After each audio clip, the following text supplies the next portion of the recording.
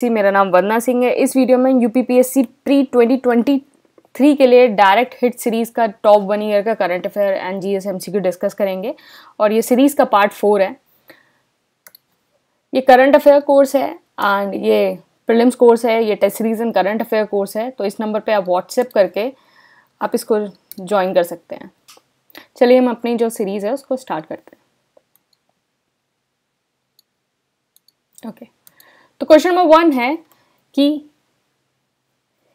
ISWA या ESIWA बोले या and ORF convene the first high level close door round table to discuss and examine European and Indian position on cyber security issues in. तो अभी ये first जो है high level round table हुई है जो एग्जामिन करेगा European and Indian position on cyber security. तो ये कहाँ हुआ है?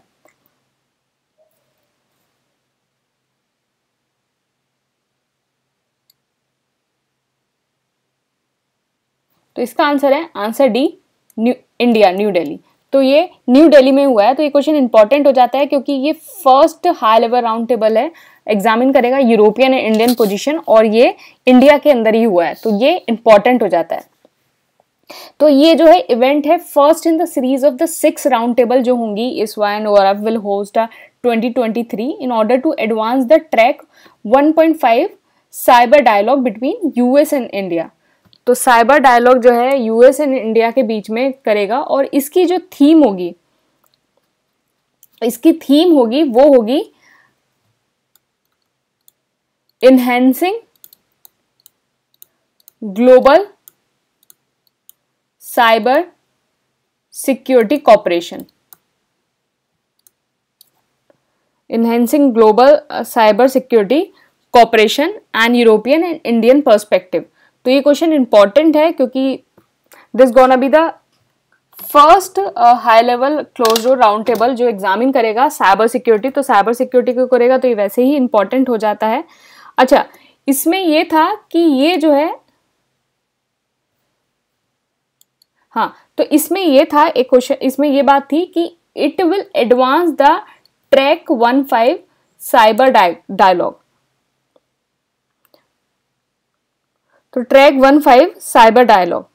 तो आप मुझे बताएंगे कि ट्रैक 1.5 जो डिप्लोमेसी होती है वो क्या होती है? ट्रैक 1.5 डिप्लोमेसी,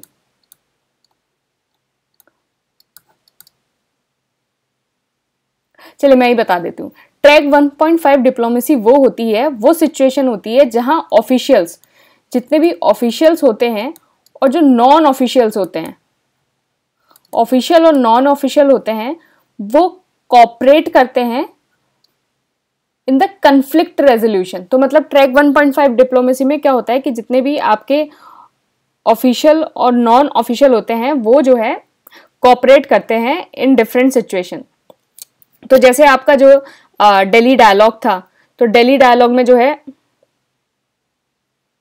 आपका दिल्ली डायलॉग था, उसमें भी दिल्ली डायलॉग में जो है ट्रैक 1.5 डिप्लोमेसी का यूज हुआ था कि उसमें जो है आपके ऑफिशियल्स और अनऑफिशियल जो हैं वो आके जो है ये कर देते। तो अलग अलग जो है आपके ट्रैक डिप्लोमेसी होती हैं। तो ट्रैक 1 डिप्लोमेसी क्या होती है? ट्रैक 1 वाली जो होती है वो high level political and military leaders होते हैं, वो आते हैं और डिस्कस करते हैं। तो ट्रैक 1 डिप्लोमेसी में क्या होता है कि मिलिट्री और पॉलिटिकल लीडर्स आके जो है चीज़ों को डिस्कस करते हैं और कोई इनका जॉइंट स्टेटमेंट होता है और फिर उसको चीज़ों को रिजॉल्व करते हैं। ट्रैक 2 डिप्लोमेसी क्या है? एक अनऑफिशियल डायलॉग होता है। ट्रैक 2 जो है अनऑफिशियल डायलॉग होता है, प्रॉब्लम सॉल्विंग एक्टिविटीज होती हैं जिसमें आप बिल्डिंग रिलेशनशिप करें और न्यू थिंकिंग को डेवलप करें। तो ये एक ट्रैक 2 जो है एक तरह का अनऑफिशियल होता है। ट्रैक 2 एक तरह का अनऑफिशियल है। तो ऑन ट्रैक 5 जो है उसमें क्या होता है कि ऑफिशियल और नॉन ऑफिशियल जो है वो साथ में मिलके जो है वो काम करते हैं। ये इसमें ट्रैक 1.5 में होता है ऑफिशियल एंड नॉन ऑफिशियल। फिर एक होता है ट्रैक 3। ट्रैक 3 जो होता है पीपल टू पीपल होता है, पीपल टू पीपल डिप्लोमेसी। तो जो आपके कोई भी इंडिविजुअल हो गया, कोई भी प्राइवेट ग्रुप हो गया, कोई NGOs हो गया, जिस टाइप के ऐसे लोग होते हैं, तो पीपल टू पीपल डिप्लोमेसी होती है। कि जैसे पीपल डिप्लोमेसी, और इसको बोल सकते हैं एक तरह से सॉफ्ट पावर का यूज़ किया जाता है, सॉफ्ट पावर डिप्लोमेसी का यूज़ किया जाता है। तो मतलब दो लोग जो हैं वो आपस में मिलके, मतलब जो कंट्री हैं या जो डिप्लोमेसी है वो आपस में आके जो है वो ग्रास रूट लेवल पे काम करेंगी। फिर एक होती है मल्टी ट्रैक डिप्लोमेसी, तो वो बेसिकली सेवरल ट्रैक्स, जिसमें ऑफिशियल, नॉन ऑफिशियल्स और सारे लोग जो हैं, सिटीजन, साइंटिफिक, वो सब मिलके काम करते हैं। तो अब मेन चीज़ ध्यान रखने की है ट्रैक 1, 2, 3 एंड ट्रैक 1.5, ये 4-5 डिप्लोमेसी हैं, उनको ध्यान रखने की जरूरत है, तो आप इनको ध्यान रखिएगा। Question number 2, which one of the following statement about Sangam literature is correct? तो कौन सा स्टेटमेंट जो है संगम लिटरेचर से रिलेटेड यहाँ करेक्ट है? तो इसका आंसर है answer B, Sangam classification of varna was known to Sangam poet. तो संगम क्लासिफिकेशन ऑफ वर्णा जो है संगम पोएट को नोन था। तो पहला है कि संगम जो है वो डिवॉइड ऑफ थे of the reference to any material culture, तो ये बिल्कुल गलत हो गया। वॉरियर एथिक का कोई वो नहीं था, ये भी गलत हो गया। And refer to the magical forces as irrational, तो ये भी गलत है। तो basically Sangam social classification of varna जो है वो संगम तो को नोन था। तो संगम लिटरेचर जो है, तो जो अर्लीस्ट तमिल लिटरेचर था उसको दिया गया था, और इसको कंपोज किया था तोल्काप्पियार ने, और ये जो है 300 BC से 300 AD के बीच में था। नेक्स्ट क्वेश्चन है, India now stand committed to reducing emission intensity of it GDP by %, by 2030 from 2005 level. तो इंडिया ने जो कमिट किया है कि वो अपना एमिशन जो है, एमिशन इंटेंसिटी रिड्यूस कर देगा बाय कितने % बाय 2030। तो कितने % कर देगा 2030 तक? तो ये करेगा 40% बाय 2030। तो रिड्यूस द एमिशन इंटेंसिटी। और दूसरी चीज आप मुझे ये बताएंगे कि it will achieve %, of electric power install. तो इलेक्ट्रिक पावर इंस्टॉल कैपेसिटी ये कितनी % जो है अचीव करेगा? तो आप मुझे कमेंट बॉक्स में ये करिए। एक तो ये चीज होगी कितने अचीव जो इलेक्ट्रिक पावर करेगा फ्रॉम नॉन फॉसिल से कितने % करेगा इलेक्ट्रिक पावर? तो एमिशन इंटेंसिटी 45% रिड्यूस करेगा। इलेक्ट्रिक पावर कितना करेगा? तो पहला क्वेश्चन ये हो गया। आप मुझे दूसरा ये बताएंगे, इंडिया जो है कितने गीगावाट जो है non fossil fuel based energy capacity achieve करेगा बाय 2030? तो आप मुझे ये भी बताएंगे कितना नॉन फॉसिल फ्यूल बेस्ड।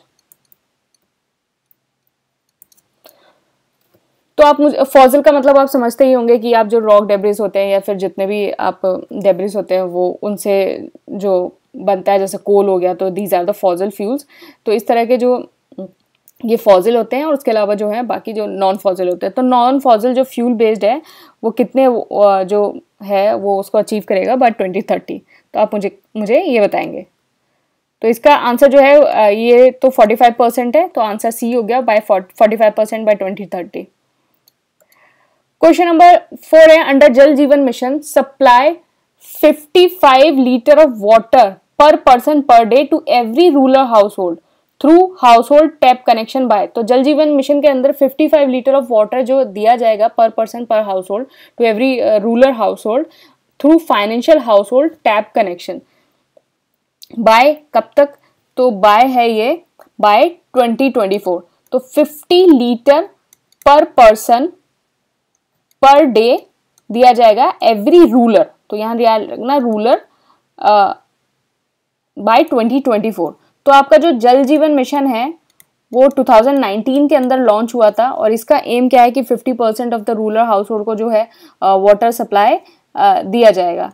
तो अभी जो हाल ही में जो जल जीवन मिशन है उसने अपने 8 साल जो है वो पूरे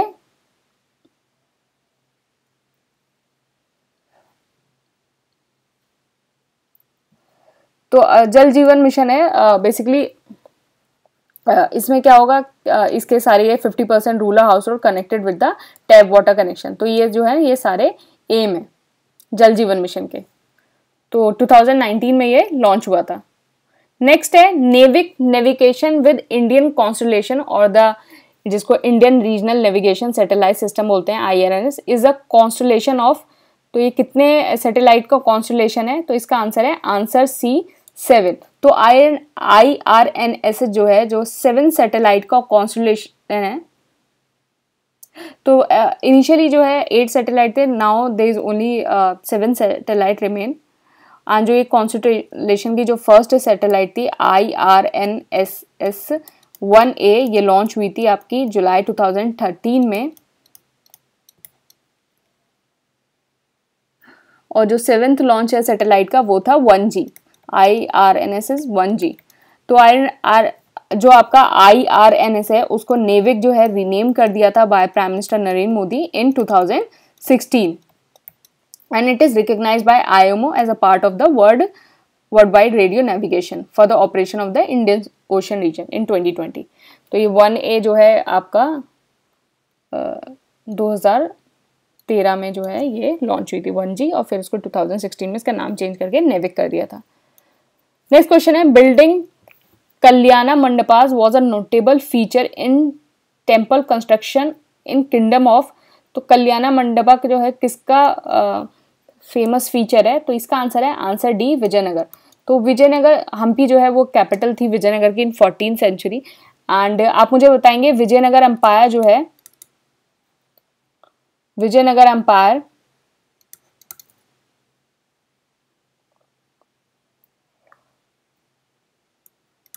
इसके जो है किसने फाउंड किया था, आप मुझे ये बताएंगे। और विजयनगर एम्पायर के अंदर कौन कौन सी डायनेस्टी आती हैं? तो ये 4 डायनेस्टी आती हैं, वो आप मुझे चारों डायनेस्टी मतलब क्रोनोलॉजी में बताएंगे कौन कौन सी आती हैं।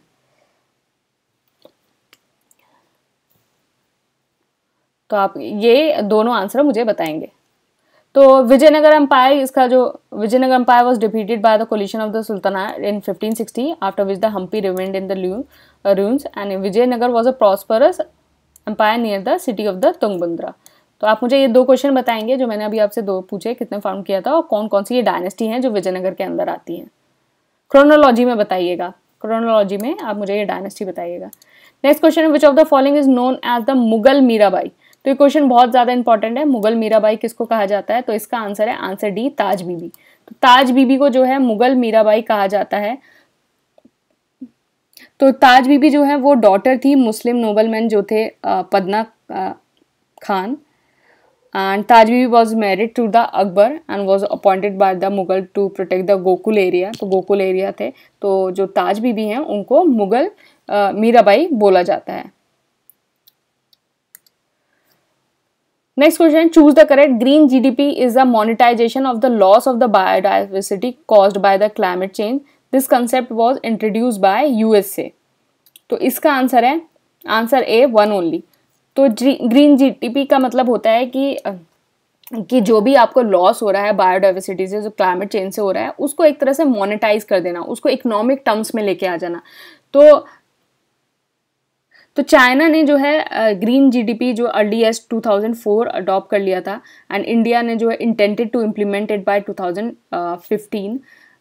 तो basically China was adopted in 2004। तो ग्रीन जीडीपी बेसिकली एक इंडिकेटर है एक इकोनॉमिक ग्रोथ का, एनवायरमेंट फैक्टर का, जो कंसिडरेशन में लिए जाते हैं towards as the standard GDP of a country. So this is the green GDP. Next question है मनगढ़ धाम is known for the massacre of the tribal that took place 6 years before the Jallianwala Bagh is in। तो ये कहाँ मनगढ़ धाम जो है कहाँ हुआ था? तो इसका आंसर है आंसर C राजस्थान। तो इसको मनगढ़ धाम को जो है, जो ये इवेंट हुआ था, तो इसको जो है आदिवासी जलियांवाला भी बोला जाता है। इसमें क्या था, ब्रिटिश फोर्सेस ने जो किल किया था जो भिल ट्राइबल्स होते हैं, भिल ट्राइब्स होती हैं 1913 में on the hill of the Margar on the border of the Rajasthan and Gujarat. तो 1930 में जो भिल ट्राइबल्स हैं उनको जो है ब्रिटिशर्स ने जो है मतलब किल किया था। तो ये इसको आदिवासी जलियांवाला बोला जाता है, आदिवासी जलियांवाला। तो अगर आपको पूछा जाए कि आदिवासी जलियांवाला किसको बोला जाता है, तो इट इज मनगढ़ धाम। देखो इनको डायरेक्ट हिट सीरीज का जो पर्पस है वो ये है कि आपको थोड़े अनकन्वेंशनल जो क्वेश्चन है उनको कराया जाए, आपके जो मिसलेनियस टाइप के क्वेश्चन है उनको कराया जाए, जो आपको ट्रेडिशनली जो चीज़ों में नहीं मिलते हैं आपको वो कराया जाए। तो अगर ये डायरेक्ट हिट सीरीज़ को अगर जो है अगर आप टेस्ट सीरीज़ के साथ कोलैब कर देंगे, जैसे अगर टेस्ट सीरीज़ आप ACPSC की टेस्ट सीरीज जो लेते हैं जो सब्जेक्ट वाइज है, तो ये जो है वो आपका पूरा कंप्लीट पैकेज बन जाएगा। तो आपको बिल्कुल आप मतलब हर टाइप के क्वेश्चन जो है वो एग्जाम में आप ईजिली दोनों चीज़ों से ये कैटर कर लेंगे। मिसलेनियस टाइप भी हो जाएंगे, अनकन्वेंशनल टाइप क्वेश्चन भी हो जाएंगे, वो क्वेश्चन जो प्रीवियस ईयर में कहीं नहीं मिलेंगे, कुछ नहीं मिलेंगे। तो वो सारी चीज़ें जो है डायरेक्ट और टेस्ट सीरीज जो है अगर आप ये दोनों कंबाइन करके करेंगे तो आपको ईजिली जो है सारी चीज़ें आपकी कवर हो जाएंगी। तो मनगढ़ धाम जो है वो बेसिकली उसको आदिवासी जलियावाला बोला जाता है। भिल ट्राइबल्स के ऊपर अटैक था इन 1913। तो बाकी यहाँ दे सकते हैं जो सोशल रिफॉर्मर थे Govind Guru led the gathering of the tribal and forest division in 1913 and the word Bhil is drive from the ये द्रविडियन लैंग्वेज है। एंड और भिल ट्राइब का जो ट्रेडिशनल फोक डांस है वो है घूमर। तो आपने घूमर तो देखा ही होगा, तो वो फोक डांस है। तो ये आदिवासी जलियावाला इसको बोला जाता है।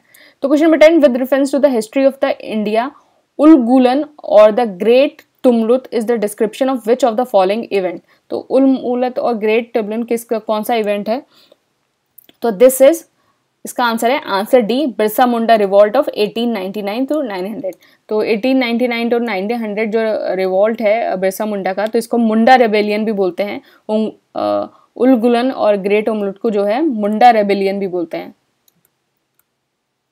तो रेबेलियन ये जो है साउथ ऑफ द रांची हुई थी एंड इसका काम था to drive the British and establish the Munda Raj, Munda rule establish करना है। और बेसिकली इसमें क्या था कि मतलब these tribals are disliking the money landers और zamindar who ill treated the जो मुंडा फार्मर्स हैं। एंड जो बिरसा मुंडा है उन्होंने एडवाइस किया था कि जो फार्मर्स हैं उनको रेंट पे नहीं करना है जमींदार्स को। तो this was the Munda rebellion in 1899 to 1900। Which one of the following Kushan ruler introduce the first gold coin in India. तो कौन से कुशान रूलर ने फर्स्ट गोल्ड कॉइन इंट्रोड्यूस किए थे? तो इसका आंसर है आंसर बी, वीमा कार्डपिशेस। तो वीमा जो कार्डपिशेस जो है उन्होंने जो है फर्स्ट गोल्ड कॉइन जो है इशू किए थे and it is around 100 common era. तो 100 कॉमन एरा के अराउंड जो है इंट्रोड्यूस किए थे। He was the producer of the Kanishka, जो कनिष्का जो 5th कुशान रूलर था उसका जो है ये वीमा जो है वो प्रोड्यूसर था। तो फर्स्ट जो गोल्ड कॉइन है इन इंडिया जो है वो वीमा किडपिश ने जो है वो इंट्रोड्यूस किया था। नेक्स्ट क्वेश्चन है ग्लाइफोसेट इज़ा। ग्लाइफोसेट क्या है? तो ग्लाइफोसेट इज़ा, तो ये ग्लाइफोसेट एक तरह का हर्बिसाइड है। तो इसका आंसर हो गया सी। तो ग्लाइफोसेट एक तरह का हर्बिसाइड है जो आपके जितने भी आपके ब्रॉड लीफ जो वीड्स होती हैं, ब्रॉड लीफ वीड होती हैं और ग्रासेस होती हैं उनको कंट्रोल करता है। तो एक तरह का ये हर्बिसाइड है। Question number 13, according to the emission gap report 2020 what is the India's rank in the emission. तो एमिशन गैप रिपोर्ट के अंदर जो इंडिया की रैंक क्या है? तो इसका आंसर है एमिशन गैप, इंडिया की रैंक है रैंक 3। तो रैंक 3 है। आप मुझे बताएंगे कि एमिशन जो गैप रिपोर्ट है वो किसके थ्रू रिलीज होती है, कौन इसको रिलीज करता है, कौन इसको रिलीज करता है। और जो एमिशन गैप रिपोर्ट है उसका 2022 का थीम था closing Windows and climate crisis call for the rapid transformation of the society. तो ये 13 एडिशन था। तो आप मुझे बताएंगे कि India's rank is 3rd, top rankers कौन है इसमें? आप मुझे टॉप 5 रैंकर्स बताएंगे इसमें।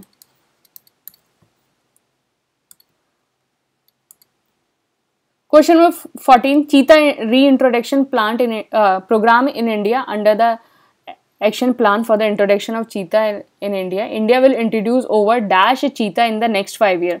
तो जो चीता री इंट्रोडक्शन प्रोग्राम है उसके अंदर जो है इंडिया जो है कितने चीता जो है नेक्स्ट 5 ईयर में जो है इंट्रोड्यूस करेगा? तो इसका आंसर है आंसर सी 50। तो जो चीता है वो after 7 decades it was reported it was becoming extinct in 1952 and जो इसकी वजह से जो है चीता को री इंट्रोड्यूस किया जा रहा है। और जो चीता री इंट्रोड्यूस कहाँ से हो रहे हैं? Namibia and south Africa.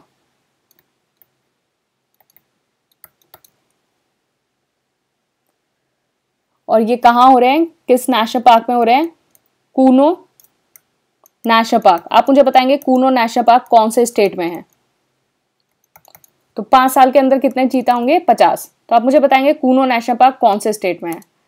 Next है African cheetah are being brought under a intercontinental project from.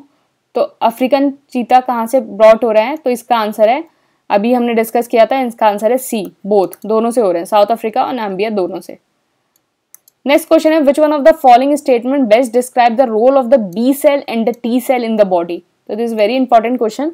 तो B cell and T cell का रोल क्या होता है? तो इसका आंसर है answer D, they protect the body from the disease caused by the pathogen. तो ये जो बॉडी को डिसीज को जो है पैथोजन से प्रोटेक्ट करते हैं। तो बी सेल जो आपका टी सेल होता है वो ओरिजिनेट होता है, टी सेल जो है आपका ओरिजिनेट कहाँ होता है? टी सेल आपका ओरिजिनेट होता है बोन मैरो में और मैच्योर होता है आपका थाइमस में।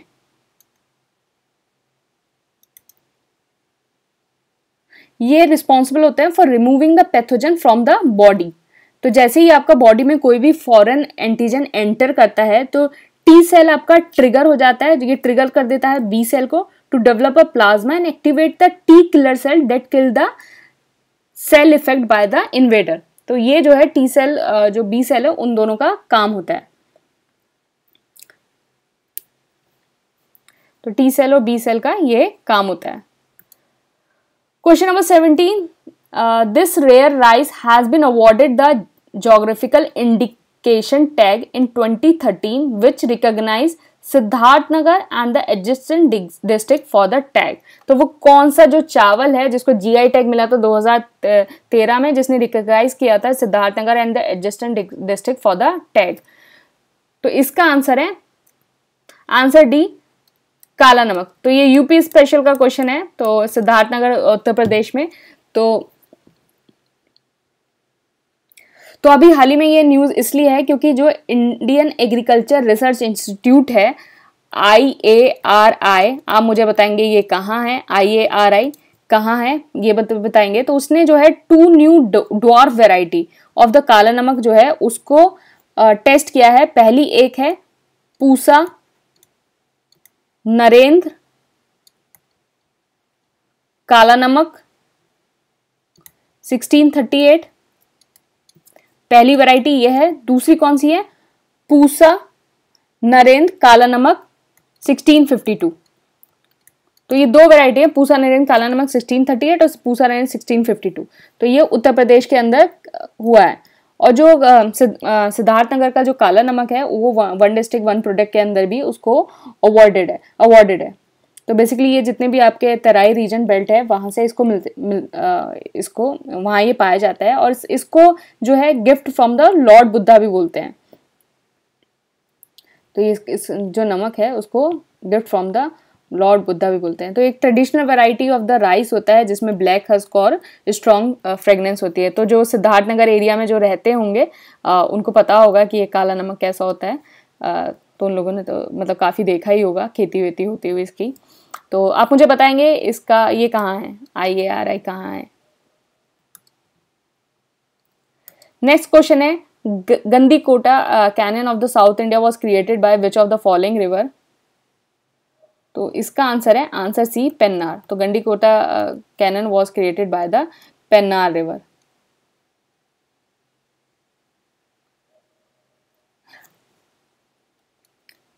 आप मुझे बताएंगे पेन्नार रिवर कहाँ से ओरिजिनेट होती है? कहाँ से ये ओरिजिनेट होती है?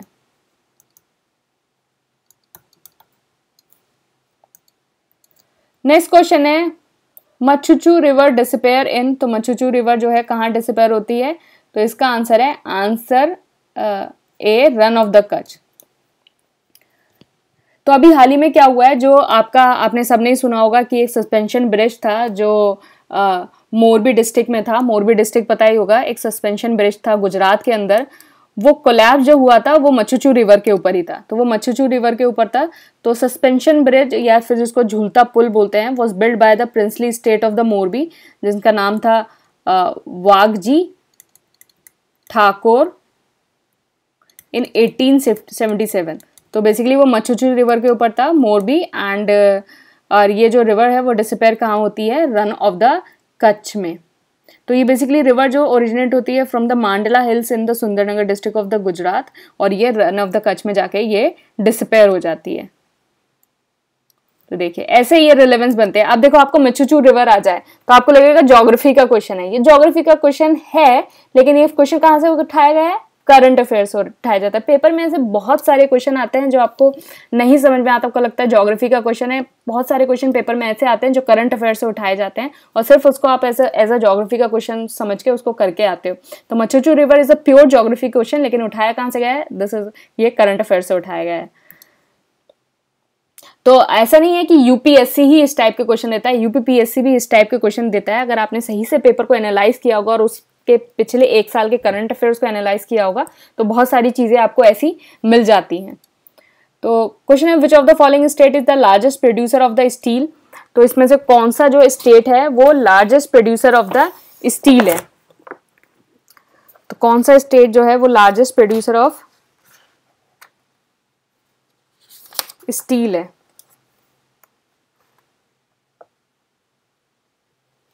तो इसका आंसर है उड़ीसा। तो उड़ीसा जो है largest producer of the steel है। तो अभी हाल ही में जो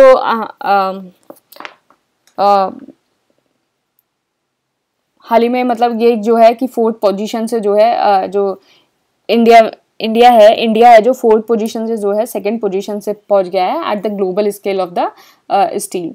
तो सेकंड पोजीशन पे पहुंच गया है, फर्स्ट पोजीशन पे आपका चाइना है और स्टेट में जो है लार्जेस्ट प्रोड्यूसर कौन सा है, वो उड़ीसा है।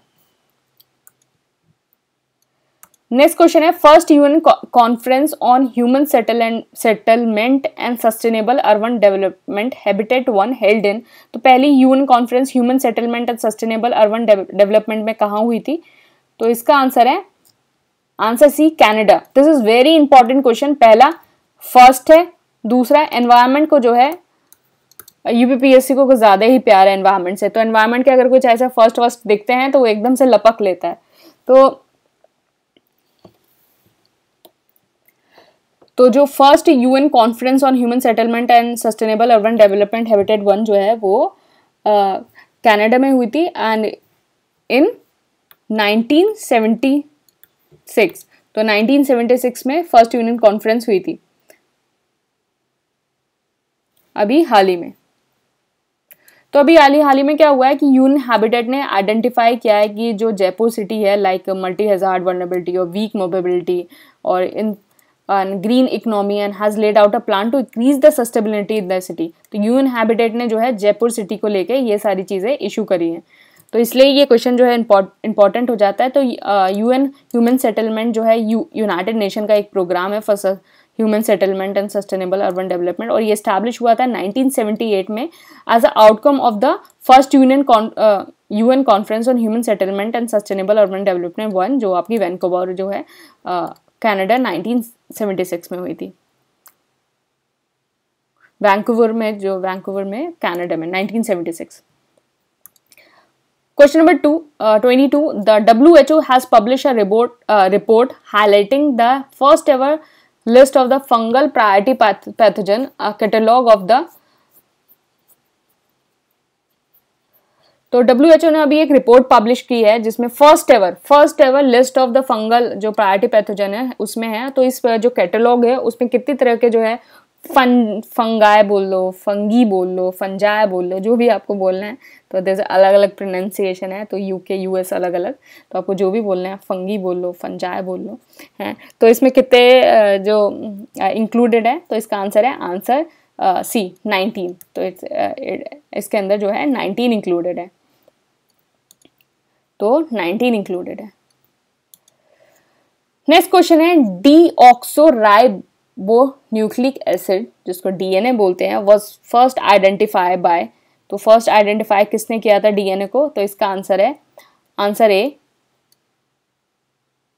Friedrich Miescher. तो फ्रेडरिक मिशर ने जो है डीएनए को आइडेंटिफाई किया था फर्स्ट टाइम इन 1860s के अराउंड आइडेंटिफाई किया था। और मुझे बताएंगे इसका डीएनए का स्ट्रक्चर किसने दिया था, आप मुझे वो स्ट्रक्चर किसने दिया था वो आप मुझे नीचे कमेंट बॉक्स करेंगे, स्ट्रक्चर किसने दिया था डीएनए का। और आप सब लोग काफ़ी कमेंट कर रहे हैं, तो इट्स वेरी गुड, एंड ये आपके ही जो आपकी ग्रोथ के लिए बहुत अच्छा है। जब एग्जाम में जब आप क्वेश्चन करेंगे तो यहाँ से सारी चीज़ों को रिलेट करेंगे तो चीज़ें बहुत अच्छे से याद रहेंगी। विच of the following state is the highest producer of the बनाना, तो इसमें से जो कौन सा स्टेट है वो highest producer of the banana है। तो इसमें स्टेट दिए हुए हैं, आपको बताना है कौन सा स्टेट जो है वो हाईएस्ट प्रोड्यूसर ऑफ बनाना। तो highest producer of the banana है, तो इसका आंसर है आंसर बी आंध्र प्रदेश।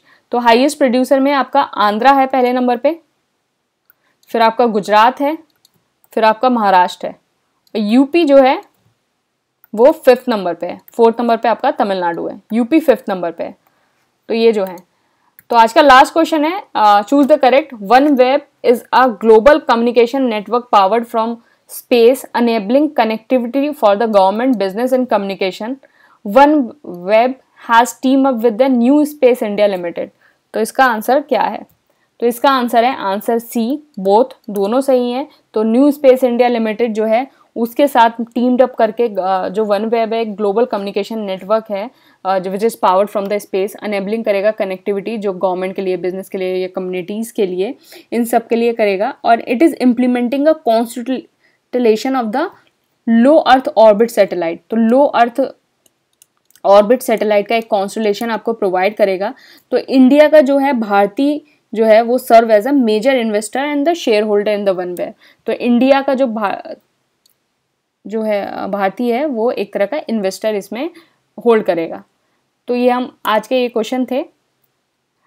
तो ये आज का कोट है कि peace come from within, do not seek it without.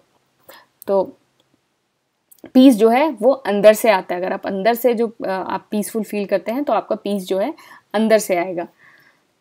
तो हाँ, चिल रहिए, अंदर से पीसफुल फील करिए, क्वेश्चन को अटेम्प्ट करिए, प्रैक्टिस करिए, एग्जाम आराम से एकदम चिल मोड में होने वाला है। बस ऐसी चीज़ों को रोज़ रोज़ प्रैक्टिस करोगे तो प्रैक्टिस मेक्स एवरीवन परफेक्ट।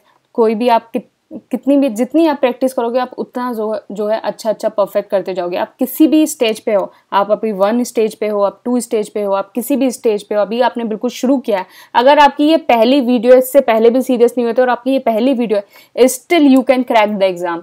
अगर अभी से भी कंसिस्टेंसी बना के रखो, जो स्ट्रैटेजी दी गई हैं उनको फॉलो करो, still you can crack the exam.